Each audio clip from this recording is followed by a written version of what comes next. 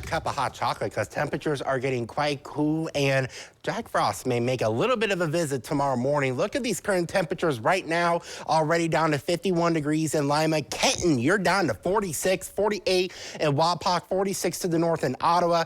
Dew points are very low. They'll keep dropping into the 30s as we go to the overnight, allowing those temperatures to keep on dropping and falling to near record, if not record territory. Satellite radar, we have nothing to track here, no clouds whatsoever. That's also allowing us to cool down very efficiently. So as we take a look at the big picture overall, we essentially have a highway set up for this cold air to spill south. We have high pressure over the Quad Cities. We have an area of low pressure near Ottawa, Canada.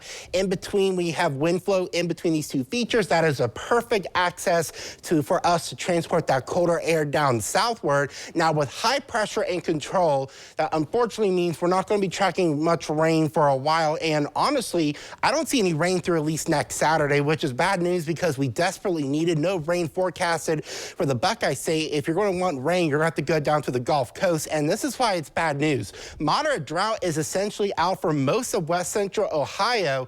The situation is pretty dire in southeast Ohio. This is very rare and unprecedented territory. Exceptional drought, which is the highest drought level category possible, has been issued for areas like Circleville down to Athens. To give you perspective on how rare it is, this is the first time this century that the Buckeye State has ever experienced exceptional drought. Now, with that high pressure in control, it's going to be moving to the east, and while it'll keep us dry, it's also going to cause a warm up on the way. So look at the temperatures over the next 4 days or so. This is classic Ohio type weather. 30s tomorrow morning, going into the lower 70s tomorrow afternoon, 40s Monday morning, 80 Monday afternoon, mid 80s Tuesday afternoon, and perhaps even flirting with 90 by the time we get into Wednesday. But before we get to that, a chance of frost maybe tonight, especially in those shelter locations. Not a high chance, but certainly not zero neither, as we have very cool air, if not cold, for this time of year.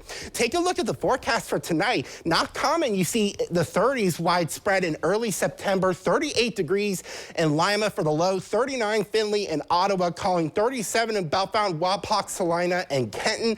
This will be near record, if not record cold. Sunday will be another cool day, dry, mostly sunny, with high temperatures right around 71 in Lima, 70 in Paulding, perhaps 72 to the north in Ottawa.